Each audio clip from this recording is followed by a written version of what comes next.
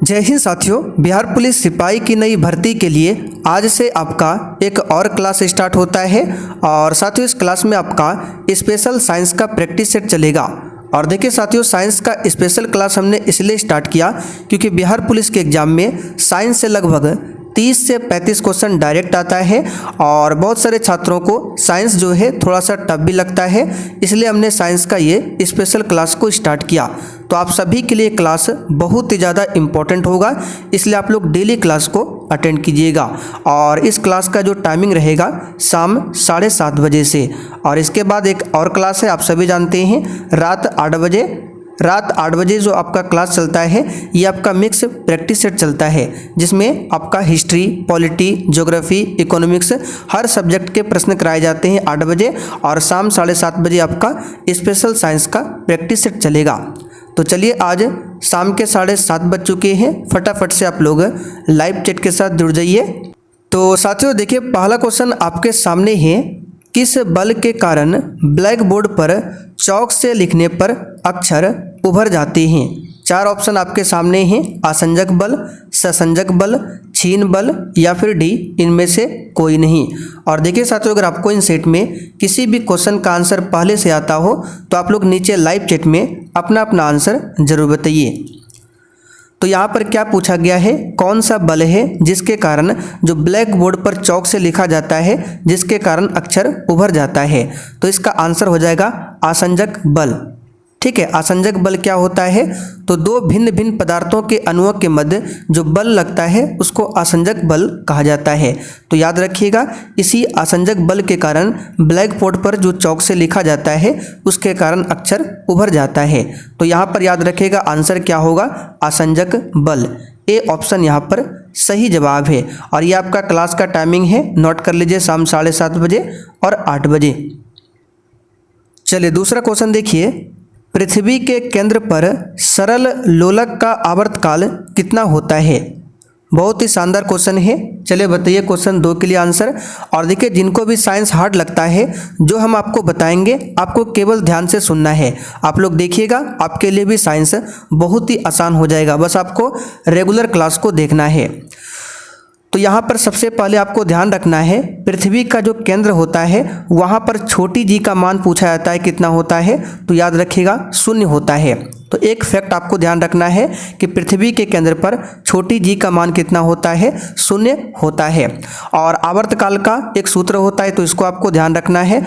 आवर्तकाल को टी से लिखा जाता है, तो आवर्तकाल का फॉर्मूला याद रखिएगा 2π√1/g होता है। अब यहाँ पर क्या करेंगे, आपसे पूछा गया है कि सरल लोलक का आवर्तकाल कितना होगा, तो g का मान 0 होता है, तो यहाँ पर क्या हो जाएगा 2π√1/0। और आप सभी जानते हैं किसी भी संख्या में 2 या 3 कोई भी संख्या रहे, अगर उसमें 0 से भाग दिया जाता है तो ये क्या आता है, अनंत आता है। तो यहाँ पर आपका क्या हो जाएगा, अनंत हो जाएगा, यानी कि सब चीज़ यहाँ पर क्या हो जाएगा, अनंत हो जाएगा। तो देखिए बी ऑप्शन में दिया हुआ है अनंत। तो आपको ध्यान रखना है, पृथ्वी के केंद्र पर सरल लोलक का आवर्तकाल कितना होता है? तो ये आपका अनंत होता है। यहाँ पर बी वाला ऑप्शन आपका सही जवाब है।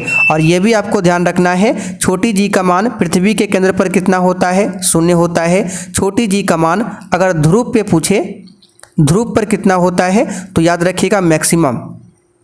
जो हम एक्स्ट्रा फैक्ट को बताएंगे आपको ध्यान से सुनना है। फिर से रिपीट कर देते हैं, छोटी जी का मतलब होता है गुरुत्वीय त्वरण। तो छोटी जी का मान पृथ्वी के केंद्र पर 0 होता है, ध्रुव पर क्या होता है, मैक्सिमम होता है। और विषुवत रेखा पर पूछे, विषुवत रेखा पर यह क्या होता है, मिनिमम होता है। ठीक है, तो मैक्सिमम पूछे कहाँ पर होता है, ध्रुव पर। मिनिमम कहाँ पर होता है, विषुवत रेखा पर। और 0 कहाँ पर होता है, तो याद रखिएगा पृथ्वी के सेंटर पर। तो उम्मीद करते हैं ये सारा चीज़ आपको समझ में आ गया होगा। चलिए आगे बढ़ते हैं, क्वेश्चन नंबर 3। तीसरा क्वेश्चन देखिए, मनुष्यों के लिए शोर सह सीमा लगभग होती है। एक भी क्वेश्चन को आपको स्किप नहीं करना है। बताइए इसका आंसर क्या होगा। और देखिए साथियों, अगर आपने अभी तक बिहार पुलिस का कोर्स परचेज नहीं किया है तो फटाफट से जाकर आप लोग कोर्स को ले सकते हैं। ऑलरेडी बहुत सारे बच्चों ने कोर्स को ले रखा है। कोर्स में देखिए आपको क्या क्या मिलेगा। यूट्यूब पर डेली लाइव क्लास मिलेगा, 2 क्लास, इंपॉर्टेंट नोट्स मिलेगा। और ये जो इंपॉर्टेंट नोट्स वाला सेक्शन है जो आपको कोर्स में मिलेगा, आपको डेली पढ़ना है। यहाँ से आपके एग्जाम में डायरेक्ट क्वेश्चन पूछे जाते हैं, ठीक है। प्लस आपको 1 लाइनर जीके मिलेगा, डेली क्लास का पीडीएफ मिलेगा आंसर के साथ में, और आपको क्वेश्चन बैंक मिल जाएगा कोर्स में पिछले 14 सालों का। तो कोर्स आपके लिए बहुत ज़्यादा इंपॉर्टेंट है। फटाफट से जाकर आप लोग ले सकते हैं। कहाँ पर मिलेगा? तो हमारा एक एप्लीकेशन है, उसका नाम है सक्सेस वर्ल्ड एमसीक्यू। इसका लिंक डिस्क्रिप्शन बॉक्स में दिया गया है, आप लोग क्लिक करके डायरेक्ट डाउनलोड कर सकते हैं और उसके बाद कोर्स को परचेज कर लीजिए। परचेज करने के बाद अगर आपको किसी भी प्रकार की समस्या आती है तो ये मेरा व्हाट्सअप नंबर है, इस पर आपको मैसेज करना है। तो देखिए, मनुष्यों के लिए शोर सा सीमा लगभग जो होती है ये 80 डेसिबल, ठीक है। कितनी होती है? 80 डेसिबल। ध्यान रखिएगा, कितना? 80 डेसिबल। चलिए आगे बढ़ते हैं। क्वेश्चन 4, निम्नलिखित में से कौन सा सत्य है? चलिए 4 के लिए बताइए। चूँकि देखिए बिहार पुलिस का सिलेबस चेंज हो गया है तो बिल्कुल इसी टाइप से क्वेश्चन पूछा जाता है साइंस से, ठीक है। जब तक आपका कंसेप्ट क्लियर नहीं होगा साइंस का क्वेश्चन नहीं बनेगा। आपको साइंस का जो प्रश्न है उसको रटना नहीं है, समझना है। तो यहाँ पर बोला गया कौन सा सत्य है, तो सबसे पहले आपको समझना होगा Q, C, V इसका मतलब क्या होता है। तो Q का मतलब आवेश होता है, C का मतलब कैपेसिटर यानी कि कैपेसिटी यानी धारिता होता है, V यानी कि वोल्टेज। तो कूलॉम का नियम आपने पढ़ा होगा, ठीक है। कूलॉम का नियम बराबर क्या होता है? कूलॉम का नियम क्या कहता है कि आवेश बराबर धारिता गुना वोल्टेज, ये कूलॉम का नियम है। तो इसको आप लोग याद कर लीजिए, ठीक है। कूलॉम का नियम क्या है? आवेश बराबर क्या होता है? धारिता गुना वोल्टेज। तो आवेश बराबर, आवेश को Q से लिखते हैं, धारिता को C से और वोल्टेज को V से, यानी Q बराबर क्या होगा? C/V। तो यहाँ पर देख सकते हैं B ऑप्शन में दिया हुआ है। चलिए आगे बढ़ते क्वेश्चन नंबर 5,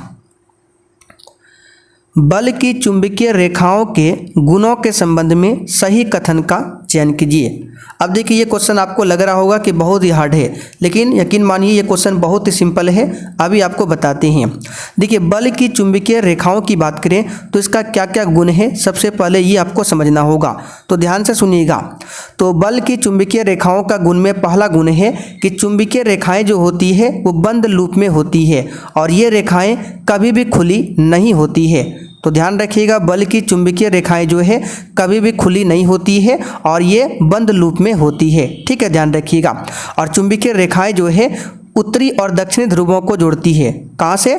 उत्तरी और दक्षिणी ध्रुवों को जोड़ती है। और चुंबकीय रेखाएं जो है एक दूसरे को कभी भी नहीं काटती है। तो यहाँ पर कौन सा कथन सही है ये पहचानना है। तो पहला कथन है, देखिए, बल की चुंबकीय रेखाएं कभी भी प्रतिच्छेद नहीं करती है। बिल्कुल ये कथन क्या है? सत्य है।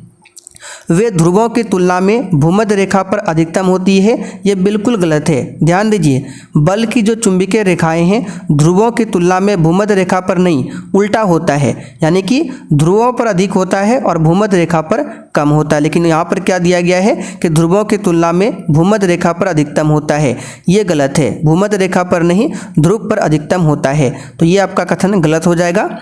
चुंबकीय बल रेखाएं दक्षिणी ध्रुव से प्रारंभ होकर उत्तरी ध्रुव पर समाप्त होती है, ये भी गलत है।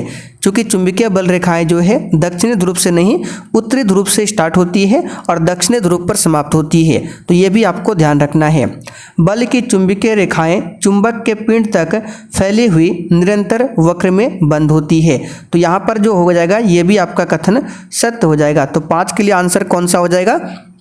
तो ए और डी, देखिए सी ऑप्शन में दिया है केवल ए और डी, यानी कि पहला कथन और चौथा कथन आपका सही है। तो साथियों, उम्मीद करते हैं ये आपको समझ में आ गया होगा। चलिए आगे बढ़ते क्वेश्चन नंबर 6, चुंबकीय क्षेत्र की एसआई इकाई क्या है? फिर से रिपीट कर देते हैं, साइंस का एक भी क्लास आपको मिस नहीं करना है।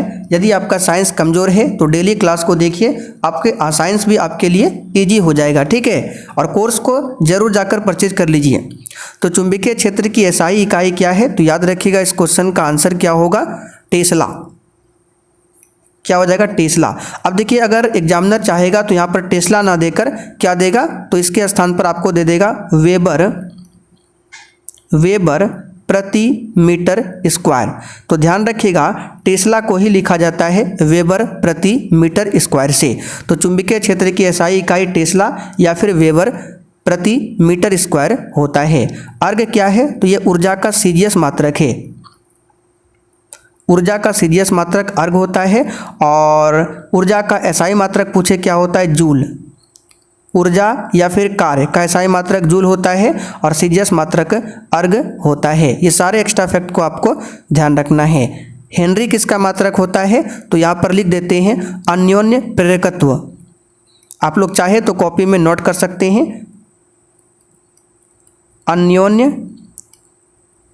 प्रेरकत्व, इसका एसआई मात्रक होता है हेनरी। ठीक है, चलिए क्वेश्चन 7 देखते हैं। साबुन के बुलबुले किस कारण रंगीन दिखाई देते हैं।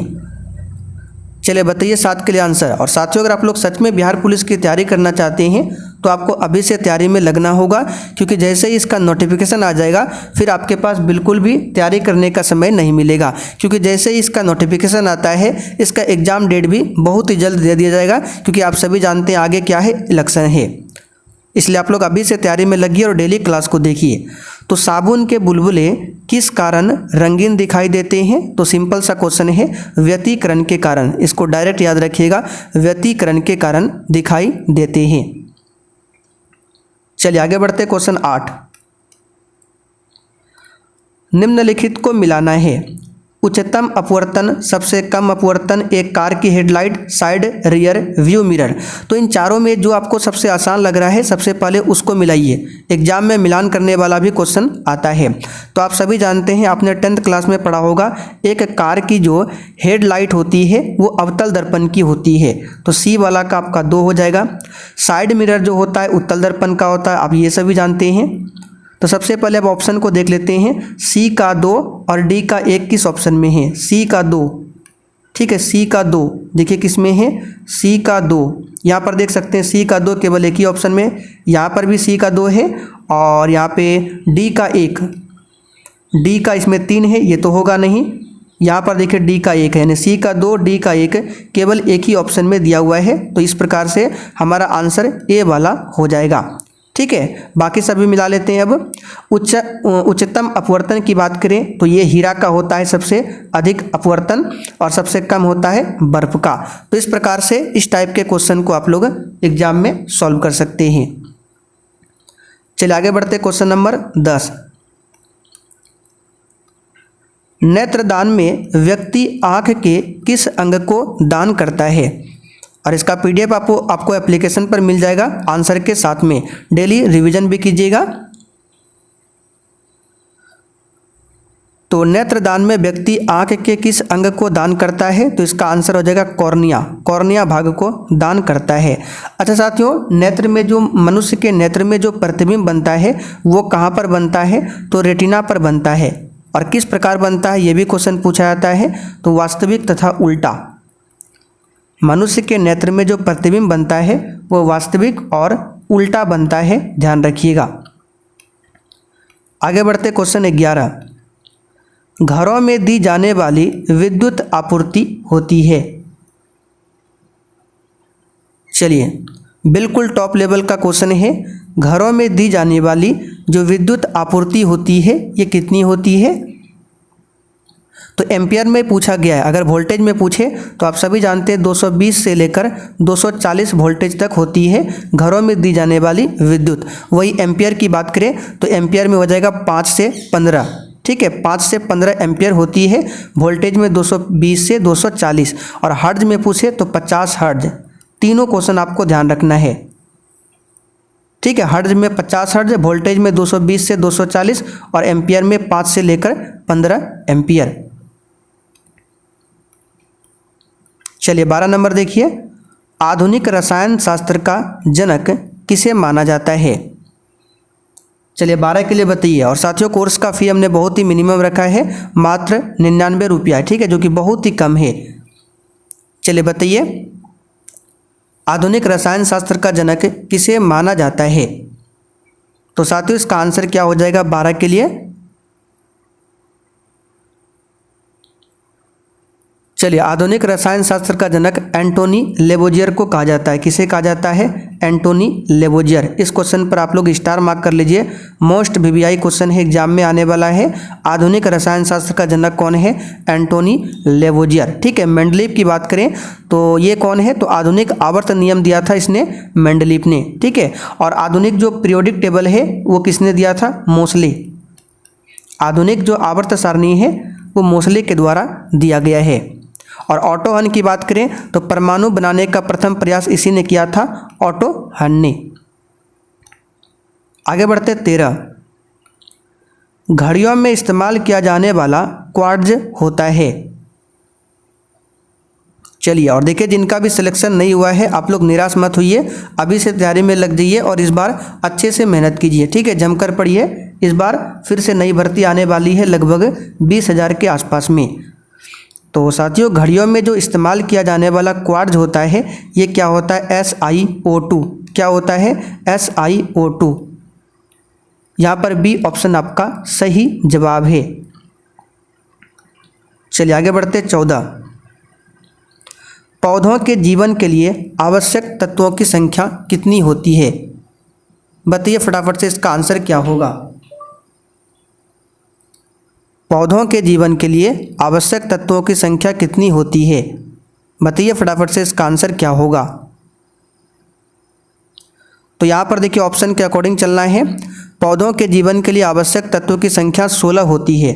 कितनी होती है? 16 होती है, जिन्हें आवश्यक पोषक तत्व कहा जाता है। और ये 16 जो आवश्यक पोषक तत्व है ये पौधों के विकास, वृद्धि और जीवन के लिए आवश्यक होते हैं। इसे आप लोग ध्यान रखिएगा। तो आंसर यहाँ पे क्या हो जाएगा? सी वाला ऑप्शन। चलिए आगे बढ़ते हैं क्वेश्चन नंबर 15, लाल मिर्च में लाल रंग किसके कारण होता है?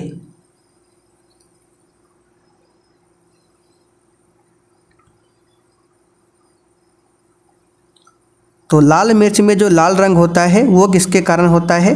कैप्सेथिन के कारण होता है। ठीक है, किसके कारण होता है? कैप्सेथिन के कारण। और कैप्सेसिन के कारण क्या होता है? मिर्च का तीखापन। मिर्च का जो तीखापन होता है ये कैप्सेसिन के कारण, कैप्सेसिन के कारण मिर्च का लाल रंग होता है। कैरोटीन के कारण गाजर का रंग लाल होता है, आप सभी जानते हैं। और जेंथोफिल के कारण क्या होता है? फल का रंग पीला होता है। जो भी एक्स्ट्रा फैक्ट को बता रहे फिर से रिपीट कर देते हैं, आपको लिखते चलना है, इससे आपका प्रॉपर एक नोट्स तैयार हो जाएगा। 1980 में एक जर्मन वनस्पति शास्त्र डैश द्वारा हाइड्रोपोनिक्स का प्रदर्शन किया गया था। चलिए, और चूंकि आज संडे है तो 8 बजे आपका क्या चलेगा? Weekly test, Sunday weekly test जो आपने 8 दिन पिछले 8 दिनों में पढ़ा है उसका आज 8 बजे क्या होगा? टेस्ट होगा। चलिए, इसका आंसर है जूलियस वॉन सैक्स। ठीक है, आगे बढ़ते क्वेश्चन 17, चींटी के काटने पर किसका अंतःक्षेपण होता है? यानी चींटी के डंक में कौन सा अम्ल होता है ये पूछा जा रहा है। तो फॉर्मिक अम्ल होता है, सिंपल सा क्वेश्चन है, फॉर्मिक अम्ल। एसिटिक अम्ल किस में होता है? तो नोट कर लीजिए, सिरका में होता है एसिटिक अम्ल, टमाटर में होता है ऑक्जेलिक अम्ल, इमली में होता है टार्ट्रिक अम्ल। चलिए 18 नंबर देखते हैं, विभज्योतक उत्तक के गुणों के बारे में कौन सा कथन गलत है? वेरी इंपॉर्टेंट क्वेश्चन है। विभज्योतक उत्तक, इसको इंग्लिश में बोला जाता है मेरिस्मेटिक टिश्यू, मेरिस्मेटिक टिश्यू। तो कौन सा गलत है ये पूछा जा रहा है। चलिए, कूट के माध्यम से आंसर आपको देना है यहाँ पर। तो यहाँ पे कोशिकाएं और छोटी होती है। यहाँ पर देखिए पहला कथन क्या है कि विभज्योतक उत्तक जो है इसकी कोशिकाएं बहुत छोटी होती है, ये कथन तो बिल्कुल सही है। रिक्तिकाएं इसमें अनुपस्थित होती है, ये भी इसका सही है। ठीक है, अंतर कोशिकीय स्थान मौजूद होता है, ये गलत है। विभज्योतक उत्तक में अंतर कोशिकीय स्थान मौजूद नहीं होता है। कोशिका बढ़ती है और नियमित रूप से विभाजित होती है, ये भी सही है। तो गलत पूछा गया है, केवल सी वाला होगा। सी ऑप्शन में दिया हुआ है केवल सी। चलिए आगे बढ़ते हैं। यहाँ पे जो दिया गया है सी ऑप्शन में कि अंतर कोशिकीय स्थान इसमें मौजूद होती है, तो ये बिल्कुल गलत है। अंतर कोशिकीय जो रिक्त स्थान होता है इसमें क्या होता है? इसका अभाव होता है। चलिए आगे बढ़ते हैं क्वेश्चन 19, कोशिकाएं जो एक बार मृत हो जाने पर जीवन काल में प्रतिस्थापित नहीं हो सकती है, कौन सी कोशिका है। और देखिए अगर आपको इसमें फिर भी डाउट हो मेरिस्मेटिक टिश्यू में, तो नीली वाली जो थ्योरी का लूसेंट बुक है उसमें वहाँ पर मिल जाएगा आपको विभेजोत्तक उत्तक के बारे में, तो वहाँ से पढ़ लीजिए, आपको समझ में आ जाएगा। चलिए 19 के लिए बताइए। तो इसका आंसर हो जाएगा नेत्र लेंस। ठीक है, ये एक ऐसी कोशिका है जो एक बार मृत हो जाने पर यह जीवन काल में यानी दोबारा कभी भी नहीं होता है, प्रतिस्थापित नहीं होता है। ठीक है, बाकी त्वचा कोशिका, यकृत कोशिका, लाल रक्त कोशिका ये नष्ट होते रहता है और बनते रहता है, जबकि नेत्र लेंस एक बार नष्ट होने पर यह पुनः प्रतिस्थापित नहीं हो सकता है। आगे बढ़ते 20 नंबर। निम्नलिखित को मिलाना है, कॉलम 1 कॉलम 2, कार्बोहाइड्रेट, प्रोटीन, वसा, विटामिन, और इधर यहाँ पे दिया है। तो यहाँ पे आपको मिलान करना है। तो सबसे पहले यहाँ पर देख लेते हैं कार्बोहाइड्रेट की बात करें तो शरीर को ऊर्जा का मुख्य स्रोत प्रदान करता है कार्बोहाइड्रेट। तो इसका कौन सा हो जाएगा, चौथा। शरीर को ऊर्जा का मुख्य स्रोत प्रदान करता है कौन, कार्बोहाइड्रेट, यानी एक आपका 4। प्रोटीन की बात करें तो ये अमीनो अम्ल से बना होता है। कल भी हमने रात 8 बजे क्लास में आपको बताया था कि प्रोटीन जो है 20 अमीनो अम्ल से मिलकर बना होता है, जिसने क्लास किया है आपको पता होगा। तो यहाँ पर इसका ये हो जाएगा और ये आपका ये हो जाएगा।